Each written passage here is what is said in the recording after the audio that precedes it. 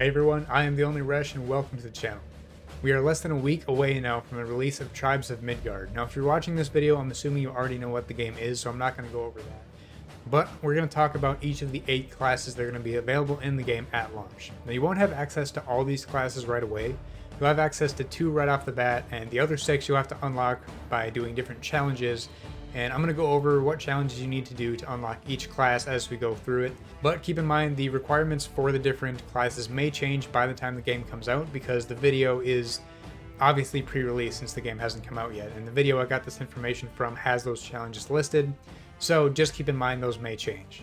So we're going to start with the Warrior. Now this is one of the 2 classes that you get right off the bat without having to unlock anything. And the Warrior is more about melee and spells. A couple of the unlockable passive abilities that the Warrior has is every other hit being double damage, and they also get a self-revive, which is really useful for solo players, which is why the Warrior class is probably going to be the one that I main most of the time in my solo runs.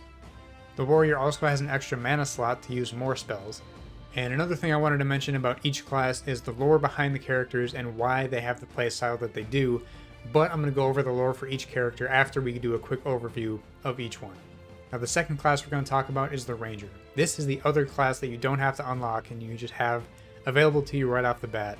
The Ranger uses a bow for more of a ranged focus, and they have a higher speed for backing up and evading. One of the unlockable abilities for the Ranger is they get a wider view of the surrounding area. Now you know the game is top-down perspective, so the camera just kind of goes up a little bit so you can see more of the area around you. They've got some other ranged abilities like retrieving arrows after firing or piercing multiple enemies with one shot. Next up, we've got the Sentinel. Now the Sentinel is a tank class, and you unlock the Sentinel by blocking 25 attacks in 10 seconds. Also, for each of the challenges required to unlock each of these classes, they have to be done in Saga mode, which is the more session-based mode. The unlocks don't count, I'm assuming, in the Endless mode, because it does specify that they have to be done in Saga mode on the screen that shows up in that video. Now the Sentinel's priority is defending allies, and you can also parry attacks to stun, and one of the unlockable abilities for the Sentinel allows for more damage to be done to stunned enemies. And we've also got the Seer. Now the Seer might be one of the classes that I main in group sessions because I'm more of a support player usually, and the Seer class is more of a support, healer, and spellcaster class. Now you unlock the Seer by using the Bifrost to exit 10 worlds. Now I'm not sure exiting worlds means exiting out of the game so you can start a new one, or when you're done for the session, or if it means some kind of teleportation thing, I'm not totally sure. One of the abilities the Seer has is they can root enemies in place while healing themselves and allies. They can also revive allies without being interrupted by enemy attacks, which tells us that other classes have to worry about being hit while they're reviving allies, and they have to go through that whole reviving process without being hit, otherwise they have to start over. And that's kind of what I gather from this, and the Seer doesn't have to worry about that. Also, at a certain point, the Seer does not have to worry about high or low temps in the world, allowing further exploration that would take other classes longer to attain. Now I didn't know weather played a factor in the game until seeing these class details. Some of the different regions in the game do have unique weather effects that impact survival. Not totally sure what you have to do to counteract it, or if it's an unlockable resistance that you can get eventually, I'm not totally sure. And also, while we're talking about the different regions in the game, there's also an in-game day and night cycle. Which makes sense because one of the biggest points of the game is every night the hell things attack your village, so day and night cycle makes sense. Next up, we've got the Berserker. You unlock this class by defeating 20 enemies in 10 seconds. The Berserker has a wrath meter, and once that meter is full, they can activate an ability creating a high damage explosion. I'm assuming you increase this meter by just attacking enemies and just participating in combat in general.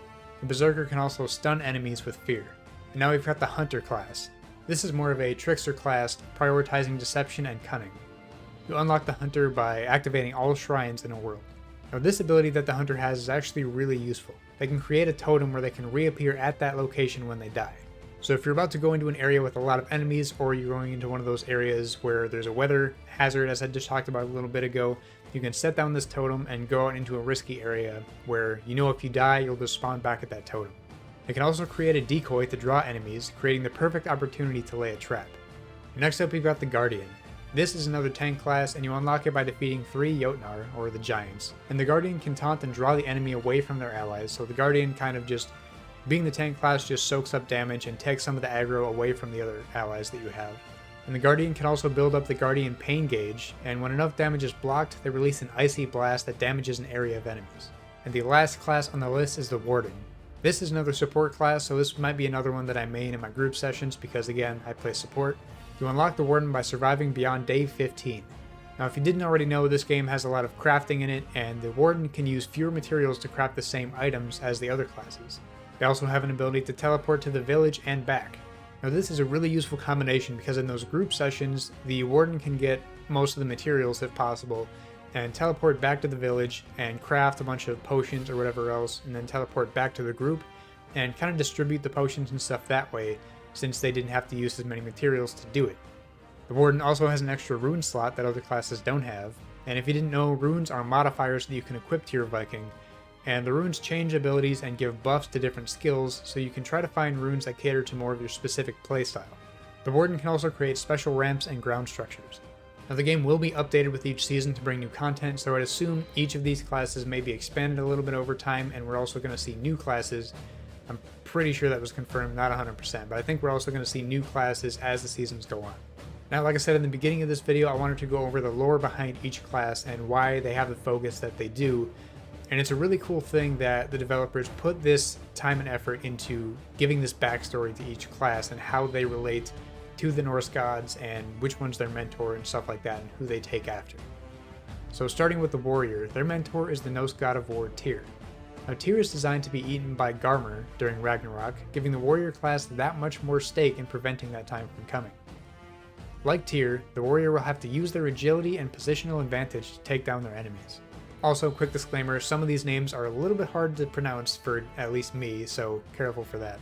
And now for the backstory on the Rangers. The Rangers are adepts of Ullr, the god of sport and archery, and they're trained to shoot true and move swiftly through Midgard. If the player can live up to the legend of this lesser-known deity, then they will become a feared being among the Jotun themselves, the Jotun being the giants. For the Sentinel, we see the goddess Sin mentioned. Sin guards the door of Sessrumnir, so it makes sense that her adepts would be sent to defend the seed against the incoming giants and Helheim monsters. Now for the Seer is trained under the goddess Eden, and is uniquely suited to provide rejuvenation to their tribe. Eden provides the fruit that keeps the Norse gods young and healthy, and so her pupils know the value of nature's healing properties. For the Berserker, they talk about Thrudr, who is the daughter of Thor and Sif, and has inspired many chieftains. So it follows that those who train under her would lead the charge into battle in Midgard. Now the Hunter class are adepts of the half-Jotun, half-goddess Skadi, and these players have a knack for letting their darker ways get the better of them. It was Skadi who placed the venomous snake to drip over Loki's head for all eternity after all. As for the Guardian, their sense of justice comes from the training under the god Forseti, who represents a sense of justice as the god whose name means literally that. Some say that he has the ability to settle all arguments before him, and so does the Guardian, albeit with different methods. For the Warden, we hear about Hermodr, who is a god that is used to long journeys, having undertaken one to attempt to rescue his brother Balder from Hel. It follows that those trained under him would also be able to take those long journeys in hopes of saving or just benefiting their allies. So that was some really cool information we got about all 8 of the starting classes in Tribes of Midgard. Not starting classes, I guess. 2 of the starting and the other 6 unlockable classes. I'm very excited to try this game out. Solo play, I'm probably going to run the Warrior, and for group sessions, I'm probably going to do either the Seer or the Warden because, again, I play support. Tribes of Midgard releases in 5 days on Tuesday, July 27th. Let me know in the comments which one of these classes you're going to try out first, or try to unlock first at least. If you want to get more of these videos, as well as my Let's Plays and gaming discussions and all other gaming videos, be sure to subscribe to the channel, and you can also follow me and my other content on Twitter, Twitch, Instagram, TikTok, basically anywhere at The Only Resh. As always, thank you so much for watching, and until next time, beat that boss, find that last collectible, roll those credits. I'm out.